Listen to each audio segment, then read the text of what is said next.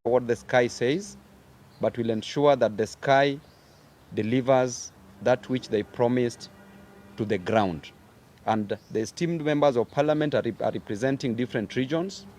Some of us are not present today because we are on recess, but we are over 20 members of parliament who have dedicated their lives.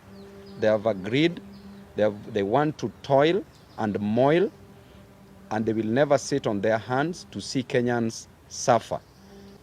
Busia County, Honorable Catherine Omanyo, also representing the interest of Kenyans across this nation. We're also here with Honorable Amo from Starehe, Amos Mwago. Amo ndio best, ukienda huko Starehe hivyo ndio anaitwa, representing constituents from Nairobi County, representing Kenyans from within the nation. And we have a presser.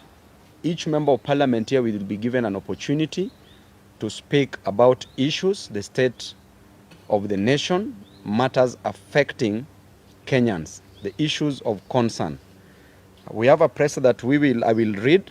Then after that, we'll give an opportunity to every member to say a word. Now we have apologies from some members of parliament. Mheshimiwa Kibagendi from Kisii County. We have an apology from Mheshimiwa CNN Charles Nguna, representing the Eastern region. We have an apology from Wanami, all the way from Bumula, Bungoma County. We have an apology from Mheshimiwa Umi. We have an apology from Mheshimiwa Mwenje, Nairobi County. We have an apology from Mheshimiwa Caleb Amisi. We have an apology from Mheshimiwa Kibagendi. We have an apology from Mheshimiwa Basil and other Waheshimiwas, from Mheshimiwa Ledama Olekina, and we also have an apology from Senator Eddie Okech. So we will read this, and we'll also give you a way forward on how we will be working as Team Ground moving forward. Our fellow citizens, let me once more start by expressing my solidarity with the Kenyan youth and families who have lost their lives, sustained injuries, been abducted, or whose loved ones are still missing to date following the protests by the young people of Kenya who have been calling for good governance of their country. We are making this address in response to the many phone calls, text messages, social media uproar, and direct requests to us by distressed Kenyans who feel the political class has abandoned them after the recent constitution of a new cabinet by President Ruto. Number one, after suffering for many years because of bad politics, poor governance, corruption, and incompetence in the management of the affairs of their country, the Gen Zs and millennials of Kenya came out in large numbers to exercise their Article 37 rights to assemble, demonstrate, picket, and petition their leaders. In this bold move, they outlined the issues they wanted the president to address to reduce their suffering and to create opportunities for them. After withdrawing the draconian Finance Bill 2024 and dissolving his incompetent cabinet, President Ruto promised that he would engage in an open national dialogue to listen and get the issue at stake with young Kenyans before forming another cabinet. But in a show of contempt to the young people, we saw the president announce and put in place a new cabinet without any consultation with the Gen Zs and millennials of this country. He has since held no dialogue or any engagement to ascertain the problems that led to the recent protests. Fellow Kenyans, before any grass has grown on the fresh graves of our youth recently killed, before people who were badly wounded in the protest have healed, and while so many families are still searching for their loved ones who were abducted by state agents, we have been shocked to see President Ruto return to his default mode of shuttling from one country to another, and on working from the top of vehicles, apparently launching invisible government projects. Ladies and gentlemen, we want to send a message to President Ruto in very simple but clear terms, as the Gen Zs and millennials of Kenya have sent us to tell him that the young people of Kenya feel you are showing them contempt by ignoring all their issues and reverting to business as usual mode, while they are hurting from the burdens imposed on them by the failures of your bad policies. The young people are not happy with the fact that you have refused to offer compensation for the families whose loved ones were shot and killed by the police on the instructions of your agents. The young people are unhappy that you have refused to pay for the medical expenses of the people who were wounded by the police. The Gen Zs and millennials of Kenya are unhappy because you have refused to free the youth who were abducted by the police. And you have refused to drop the trumped-up charges against the peaceful demonstrators who went to the streets to ask for good governance of their country. The young people are shocked that you have refused to drop the new funding model of college and university education, which is forcing them to drop out of college. The young people are asking you to show them the practical steps you are taking to create jobs in Kenya to pull them out of this high unemployment. Mr. President, the young people are asking you to take immediate action to lower the high cost of living that is driving them crazy. The young people of Kenya are asking that you show them the reforms you are proposing to address corruption and looting of government resources by people who are under your direct supervision. They are asking that you show them the reforms you are undertaking to improve the competence and quality of your bureaucracy to enable the government to be responsive in service delivery and development. Mr. President, it is a matter of just a few months and another Finance Bill 2025 will be facing Kenyans again. The young people of Kenya are worried that on March 2025 will find them with no change at all, and they will be forced back to the streets to protest poor governance and poor policies and to reject the Finance Bill 2025. As a youthful leader in this country, together with other youthful leaders and other leaders, we want to appeal to you in a special way that you take your time off the top of your vehicles and sit down with your top advisors, including your new cabinet, and review and change the bad policies that your administration unleashed on Kenyans for the last 2 financial years. Kindly consider the welfare of the children of this country. Please engage the youth in this country and show them that you care for them. Take practical steps to demonstrate that you have the interests of the youth of Kenya at heart before you revert to your default mode of stating in public things that you don't mean and you don't intend. Mr. President, walk the talk. Swing, don't sing. As a Christian, we say you do not do what you say in order to restore the vital trust that should exist between the people and their government.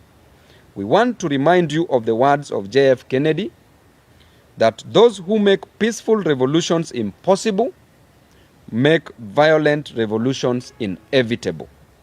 Do not tempt the young people of Kenya too much.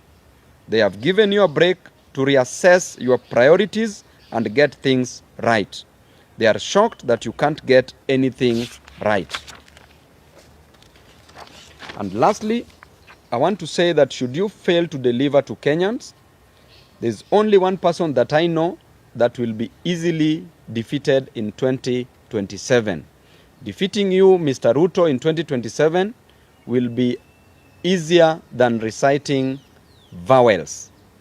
Any living thing that is capable of locomoting or moving from one place to the other will defeat you in 2027. Even if you take a goat and dress the goat and put it on the ballot, we'll defeat you in 2027. Thank you and God bless you. Let me take this opportunity to give Mheshimiwa Mudhoni. Sorry, Gadoni. I'm used to my wife's name. She's called Mudhoni. Gadoni wa Mushomba to address you. I'm happy to hear I'm in good books. I'm in good books in your house. You're in my heart. The next preference. Thank you very much, my colleague and friend, Honorable Babu Owino. Mine is to just add weight to what statement we have issued as Team Ground. And I want to be a little bit more assertive on matters life. You all know that we have had very many conflicting reports coming through on how many young people who are protesting in the streets were abducted, how many were killed, how many are still missing, how many cases have been processed by IPOA, and I'm sure you know that no agency is giving us information that is matching with the other. We have had engagement with Kenya National Commission on Human Rights, and we have their report here. And the report that this agency is giving us is that they have registered 61 people, young people who protested and died. And their bodies have been located in many mortuaries in this country, ranging from Narok, Nakuru, City Mortuary, Nairobi, Kakamega, Eldoret, Isebania, Thika, Nanyuki, Eldoret, Kapsabet, Rongo, Kasarani, Embu, Homa Bay, Kisumu, Nyeri PGH, Nyahururu Hospital, Bungoma County Hospital, Kakamega Hospital, Kitengela, Kenyatta National Hospital Mortuary, and and Kiambu Uplands Funeral Home. Now, according to Kenya National Commission on Human Rights, these people died out of excesses of the Kenyan Police Service. The IPOA, the statutory body that is supposed to be oversighting the activities of the Kenya National Police Service, have indicated that they have picked up their own investigations. And according to them, they only have registered 50 people who died, not 61 that we have received from Kenya National Commission on Human Rights. And out of the 50 cases IPOA has registered, they have also registered 19 people who are abducted or reported abducted and missing. But out of all those cases, IPOA has only been able to process 4 files and submitted those files to the DPP. Out of the 4 files, 3 were returned to them because they were not done properly and there was no evidence. They have only been able to successfully submit 1 file. Now, this is my concern and our concern as parents, and I'm sure this is a concern even for many parents who are following us. It cannot be that a country that is governed by the rule of law, over 61 people dead, and only 1 case can be accounted for. Yet we have seen 2 foreigners missing somewhere in the boundaries between Kenya and Ethiopia. And we have seen the IG and the acting IG and the DCI personally go to that area to locate 2 foreigners who are apparently missing. But we cannot locate the 19 cases IPOA has registered as abducted cases. Does it mean that foreigners are more important than Kenyans? Are we still being governed by the rule of law? Are we still following the fundamentals of human rights protection as enshrined by the Kenyan Constitution? So for me as a mother, representing many mothers and many fathers of this country, we want to echo our complaint, our dissatisfaction with the processes that the government of Kenya has put in place to provide accountability for the protesters who were abducted and those that were killed. The president is on record saying that his government is going to come up with a program for compensation, to compensate the families that lost their loved ones, to compensate the families of those that have patients in the wards and some patients at home. And we have not seen any effort by the government to even come out and tell us, now that this has happened and 2 months are gone, this is what we are going to do as a government. So we want to call upon the new Minister of Health, who has just been sworn in. We want to call upon the Ministry of Interior, now that we have the cabinet minister already approved and vetted and sworn in. You must come out and tell Kenyans how you are going to start off the process of compensation, taking care of those that are still in hospitals, and making sure that their rights are not violated and their dignity has been upheld. On matters to do with education, funding for universities and colleges, as a member of parliament, I have received a lot of messages from the young people. They feel like the government of Kenya has abandoned the young people. There is no straight communication coming from the government on how the new funding model is going to salvage the lives of so many young people who are stranded in homes, expected to report to colleges and universities. We are requesting the government to come out very clearly and give out a clear guideline. We are only seeing some letters flying in the social media, but nobody is doing a presser like this to address this issue and explain to the young people. You cannot treat young people like they are second-class citizens of this country. This is the future of this country, and you are no longer going to assume the young people of Kenya the way we have done. So we are requesting and demanding, let us demand because I think it's our right, that the minister in charge of education must come out very, very boldly and tell us the way forward on matters to do university, funding, and colleges, and assure those students that are still at home that there is hope for them to resume school and there is hope for them to progress with their careers. Thank you very much. I want to invite my sister, the lovely